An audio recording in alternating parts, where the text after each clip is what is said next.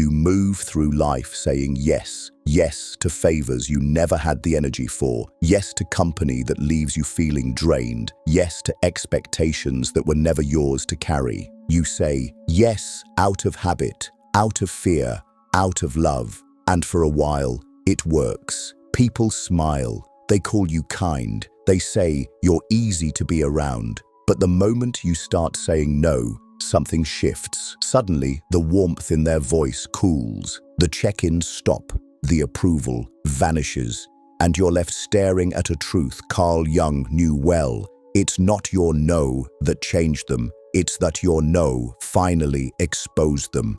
You start to realize that boundaries are not walls to keep others out. They're mirrors that reflect who was only with you for what you gave, not who you are. Jung once wrote, "The most terrifying thing is to accept oneself completely." But here's something even more terrifying. Watching people you thought loved you change the moment you begin to love yourself enough to say no.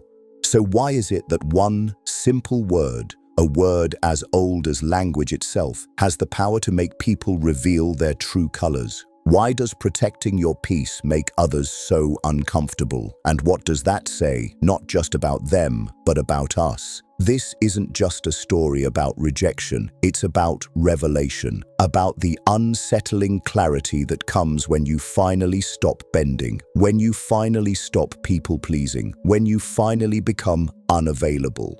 And what happens next? That's where the truth lives. But here's the problem. Most people never make it that far because saying no doesn't come easy. Not to your boss, not to your family, not even to strangers, especially not to those you feel obligated to. And that's the first point we need to understand, why you struggle to say no in the first place. You weren't born with this discomfort, you were taught it. From the moment you could speak, you were rewarded for compliance. Smile when someone greets you, share your toy, even when you don't want to. Don't be rude, be agreeable, be liked. And slowly, the message seeped in. Your worth is tied to your ability to keep others comfortable. By the time you're an adult, saying no doesn't just feel selfish, it feels dangerous, like you're risking something every time you speak up. Approval, acceptance, even love. Have you ever said yes to a request and immediately regretted it? Have you ever agreed to plans only to feel sick afterward, not because you were busy, but because you were betraying yourself again?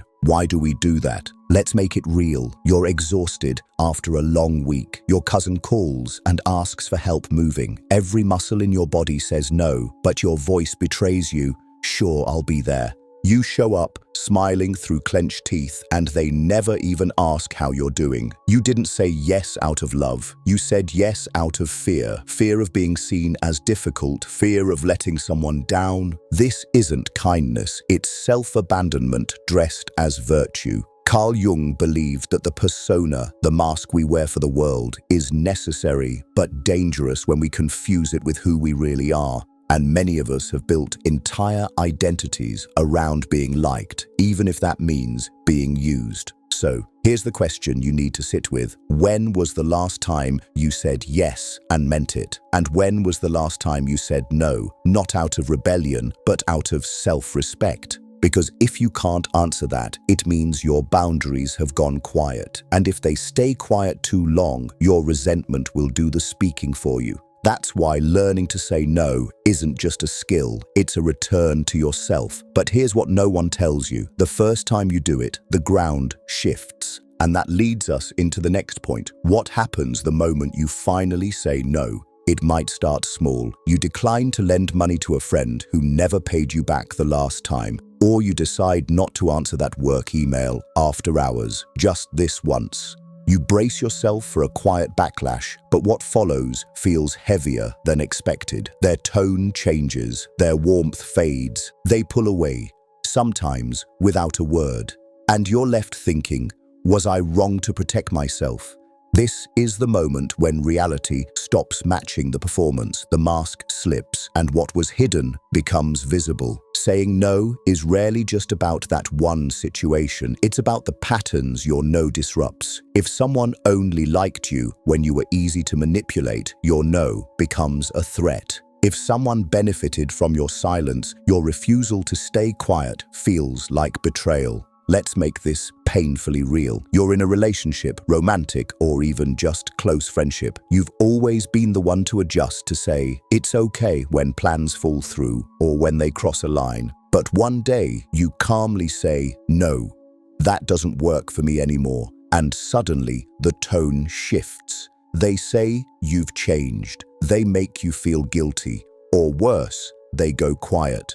But ask yourself this: if your boundaries offend them more than their behavior hurt you, what does that say about their love? Carl Jung once said, people will do anything, no matter how absurd, to avoid facing their own soul. Your no forces them to face it. It holds up a mirror they've worked hard to avoid, and that's why it's not always met with kindness. You might lose people when you start saying no, but maybe what you're really losing are illusions. And that isn't something to mourn, it's something to honor. Because what comes next is not about loss, it's about clarity. You begin to see things as they are, not as you hoped they would be. And this is where something powerful happens. Your boundaries begin to unmask the people around you. Have you ever noticed how some people only show kindness when you're convenient? They love the version of you that's always available, always agreeable. But when you shift, even slightly, they flinch, they recoil, some even retaliate. Why?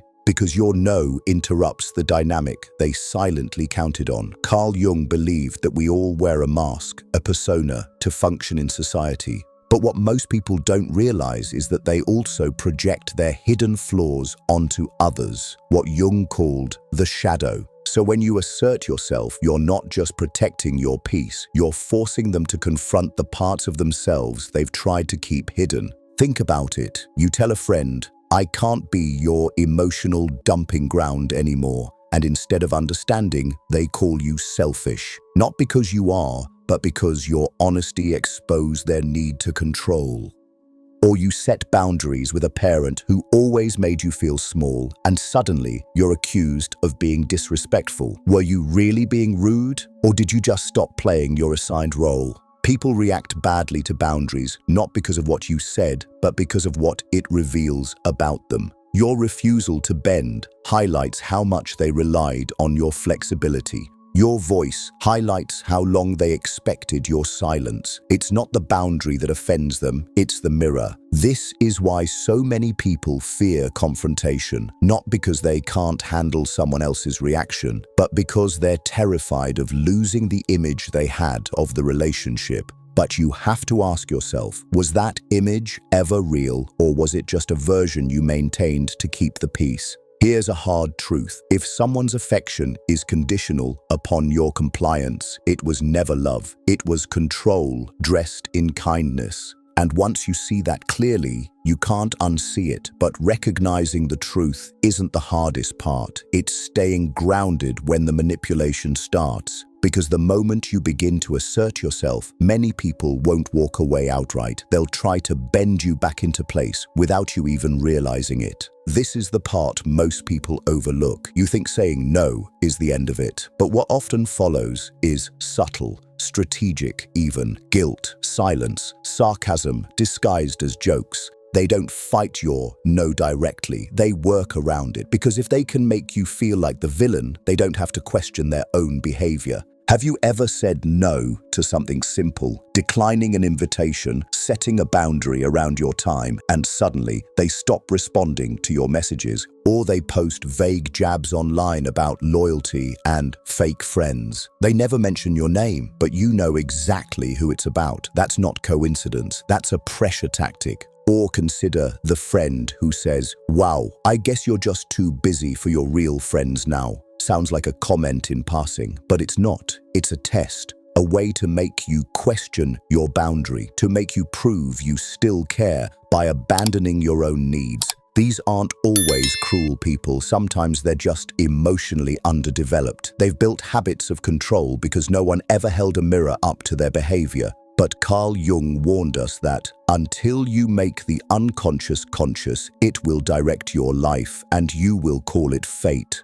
And emotional manipulation thrives in the unconscious. It feels like instinct. but it's a rehearsed dance often passed down through generations. So ask yourself this: how many of your relationships are held together by silent obligation? How many times have you stayed quiet just to avoid the shift, the cold shoulder, the side comments, the withheld affection? Manipulation doesn't always shout. Sometimes it whispers in the pauses. Sometimes it wears the face of someone you love. But if love demands your silence, if loyalty requires your exhaustion, then maybe it's not love. Maybe it's just fear in disguise, and fear should never have the final say. Still, when you finally choose yourself, when you begin to say no, hold your ground, and walk away from patterns that once defined you, there is a cost. And that's what most people aren't ready for, the emotional weight that comes with choosing yourself.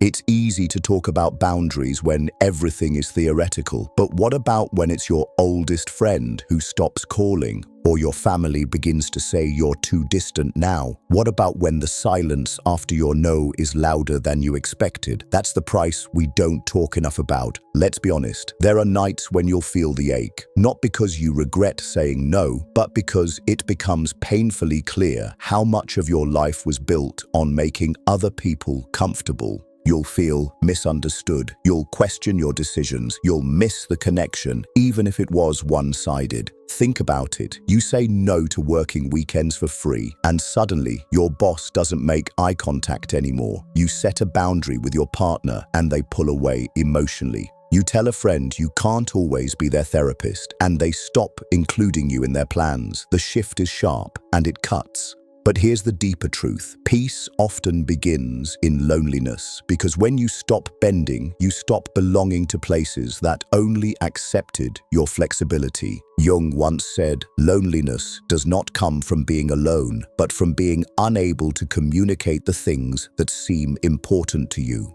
And when you start honoring what's important to you, your time, your energy, your emotional health, you naturally drift from those who never valued those things in the first place. You'll mourn what's lost. That's natural, but pay attention. Not everything you grieve is worth keeping. Sometimes grief is just your soul closing a chapter it outgrew long ago. So here's the question you have to ask yourself in the quiet moments. Is temporary discomfort worse than a lifetime of self-abandonment? Because when you choose yourself, you might lose others, but you finally stop losing you.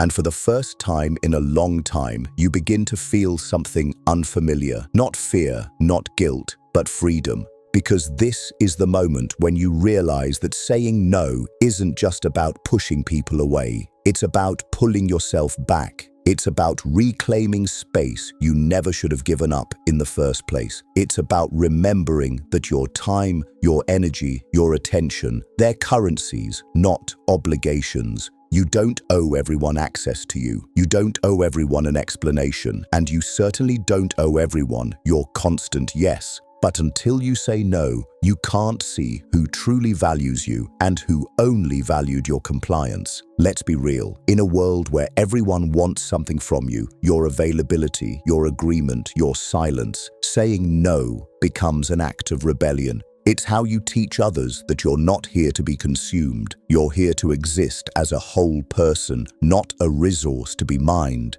Think about the friend who only checks in when they need something, the coworker who always delegates their stress to you, the relative who expects you to drop everything for their emergencies but never shows up for yours. What happens when you say, calmly and firmly, "I can't do that this time. Watch closely"? That's when the truth shows. Carl Jung believed that individuation, becoming your true self, requires breaking away from the collective expectations. It means detaching from roles that don't serve your growth. And that process is messy, but it's also the birthplace of strength. Every time you say no to what drains you, you say yes to what builds you. You make space for clarity, for intentional relationships, for rest, for joy. So ask yourself, how much of your current exhaustion comes from things you never actually wanted to do? How much of your anxiety is tied to fear of disappointing people who never cared enough to understand you?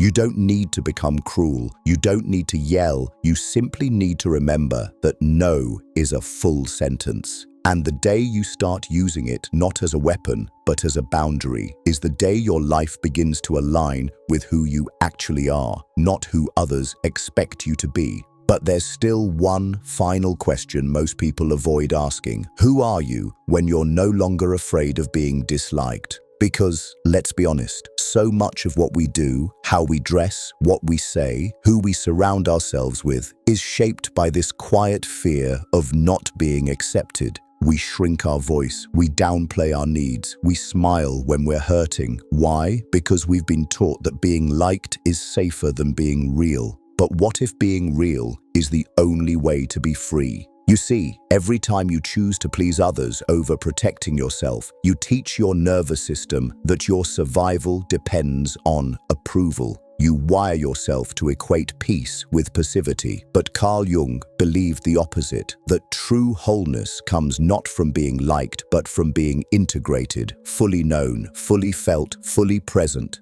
Imagine walking into a room and not adjusting your energy to make others comfortable. Imagine telling someone, "I'm not okay with that," without bracing for rejection. Imagine saying no and then going to bed without guilt. Think about how much of your personality was shaped in response to rejection. The people pleaser, the peacemaker, the overachiever, the avoider. What if those weren't your true traits, but survival mechanisms? Who would you be if you didn't need to earn love? What kind of peace would you feel if you stopped apologizing for your boundaries? Here's the truth. Most won't say out loud. The people who truly see you, the ones who belong in your life, will not punish you for choosing yourself. They will adjust, they will respect it, and the ones who don't, let them leave. Or better yet, let them reveal themselves. Saying no might cost you comfort, but it will buy you clarity. And once you have that clarity, you stop chasing approval. You start attracting alignment.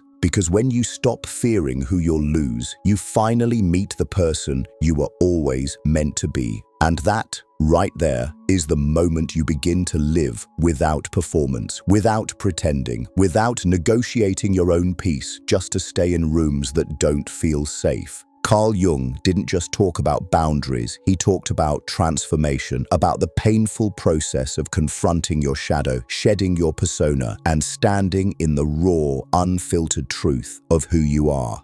Not everyone will applaud that version of you. In fact, some will resist it, but that's not your burden to carry. Your no is not an attack. It's a declaration, a signal to yourself and the world that your life is no longer for rent, that your energy has value, that your voice has weight, that your presence is not a currency to be exchanged for approval. So the next time someone reacts badly to your boundaries, pause and ask yourself, are they upset because I hurt them or because I stopped allowing them to hurt me? Because that distinction will save you from years of guilt. You weren't born to be agreeable. You were born to be authentic, to be whole, to be free. And freedom isn't always loud. Sometimes it sounds like a quiet, unapologetic no. So now the question is yours to answer. When you finally stop shrinking, who do you think you'll lose and who might you finally find? Let's make this personal. What's the hardest no you've ever had to say, and how did people respond? Share it in the comments. Someone out there might need your story more than you know.